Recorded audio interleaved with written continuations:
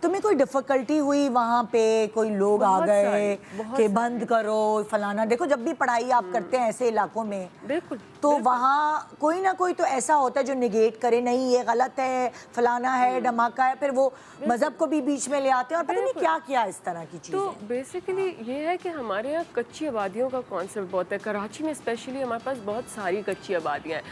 اب کچی آبادیوں کے ڈائنامکس، جو لوگ فارمل آبادیوں میں رہتے ہیں جیسے میں اور آپ، کچی آبادیوں کے ڈائنامکس بہت سارے لوگوں کو نہیں پتہ۔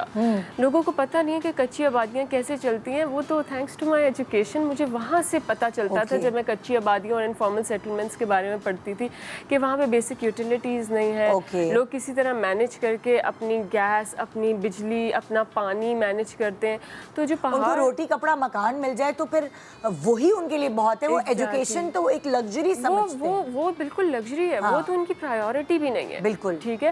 تو پھر جب اس ایریا میں نے یہ کام کرنا شروع کیا تو شروع میں تو بہت سارے لوگ نا ڈفرینٹ سوچیں لے کے بیٹھے ہوئے تھے کہ کیسے ہو سکتا ہے کہ ایک لڑکی، اتنی ینگ لڑکی، اور پھر جو ان کے مائنڈ سیٹس ہوتے ہیں وہ قبائلی علاقوں سے آتے ہیں، وہ کیسے ایک ینگ لڑکی، اور میں بھی پشتو بولتی ہوں کیونکہ میں بھی پٹھان ہوں، تو وہ پھر اور سوچ میں کمیونیکیشن کرنے میں آسانی ہوتی ہوگی پشتو کی وجہ سے۔ بالکل آئی تھنک یہ ایک بہت بڑا ریزن تھا کہ میں ان سے پشتو میں کمیونیکیٹ کر پاتی تھی۔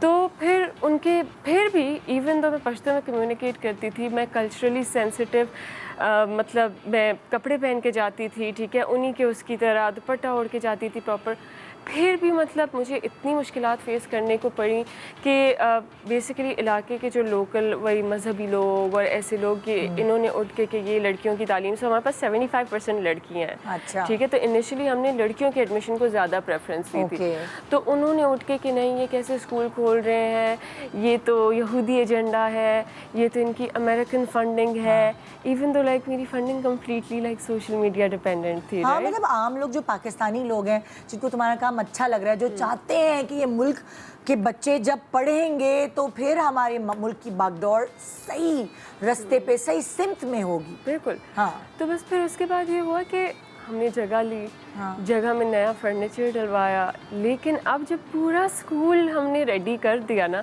اب جو ہم ایڈمیشنز لے رہے تھے تو جو ہے میری ٹیم، میں وہاں پہ تھی اسکول میں اپنے، اور انفارچونیٹلی اسی دن ہمارا گارڈ نہیں تھا، جو ہم نے گارڈ ہائر کیا تھا اس نے ابھی آنا تھا، تو علاقے کے لوگ آئے اور یہی جو مذہبی لوگ اور جو مذہب کو ایک ایکسٹریمزم کے اس سے دیکھتے ہیں، سو بیسیکلی علاقے کے جتنے بھی کنزرویٹو لوگ اور یہ سارے آئے اور انہوں نے نا مطلب ہمیں اسکول سے باہر بلایا، اور جب ہم گئے تو یہ لڑانے لگ گئے۔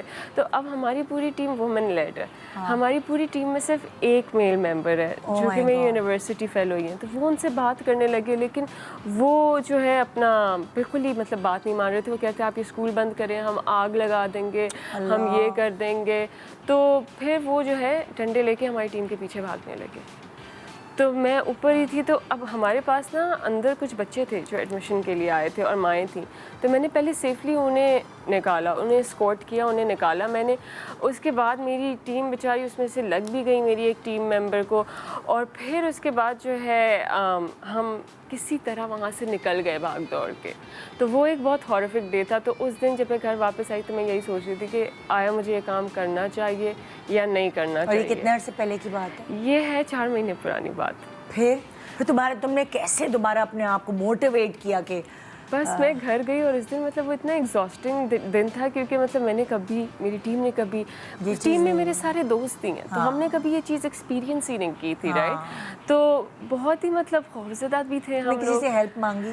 ہاں مطلب ہیلپ کیا، میں نے اپنے بابا کو بلایا تھا، میں نے انہیں بلایا، اور وہ گارڈ وغیرہ کے ساتھ آئے، اپنے ڈرائیور وغیرہ کے ساتھ، اور انہوں نے علاقے کے بڑوں کو بٹھایا، ان کے کچھ کنیکشنز تھے نیئر بائی دا ایریا، تو انہوں نے علاقے کے بڑوں کو بٹھایا، انہوں نے بتایا کہ میری بیٹی یہ کر رہی ہے، تم لوگوں کو اپنے بچوں کو پڑھانا ہے یا نہیں؟ میں بھی پٹھان آدمی ہوں، تو اگر تم لوگوں کو لگتا ہے یہ یہودی ایجنڈا یا ایسا کچھ ہے، تو یہ وہ چیزیں تھی بیہائنڈ دا سین جو آج تک تو آڈینس دیکھتی ہی نہیں ہے، جو ہم انسٹاگرام وغیرہ پہ دکھا بھی نہیں سکتے۔ اور پھر میں کوشش کرتی ہوں کہ میں زیادہ۔ تمہارے ابو کی بات کے بعد ابو تھوڑے سیٹل ڈاؤن ہوئے؟ نہیں، تب بھی نہیں ہوئے، انٹرسٹنگلی تب بھی نہیں ہوئے۔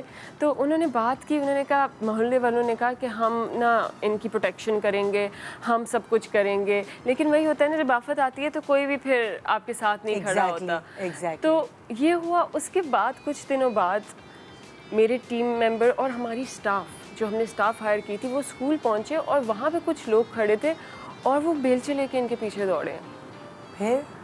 پھر جو ہے مجھے فون کرتے ہیں یہ لوگ کہ یہ ایسے ہم پہ اٹیک کر دیا ہے اور ہم نے قریبی گھر میں نا پناہ لے لی ہے, ہم باہر نہیں نکل رہے, یہ لوگ ان کے بھی دروازے بجا رہے ہیں. تو جو ہے میری والدہ اور میرے والد نے کہا کہ ابھی ہمیں ایف آئی آر کٹوانی چاہیے. تو میں نے زندگی میں کبھی پولیس اسٹیشن نہیں دیکھی تھی, مجھے یہ نہیں تھا پتہ ایف آئی آر کیسے کٹواتے ہیں.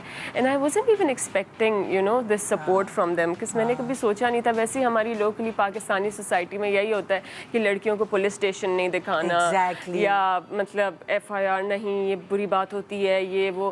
لیکن میرے ماں باپ خود کہتے ہیں کہ چلو I think like it's time کہ تمہیں لائک پولیس سپورٹ لینی چاہیے. اور مجھے فلم ذہن میں آ رہی ہے جو وہاں فلموں میں ہیروئن نکلتی ہے نا, روا تم مجھے وہ لگ رہی ہو یار سچی.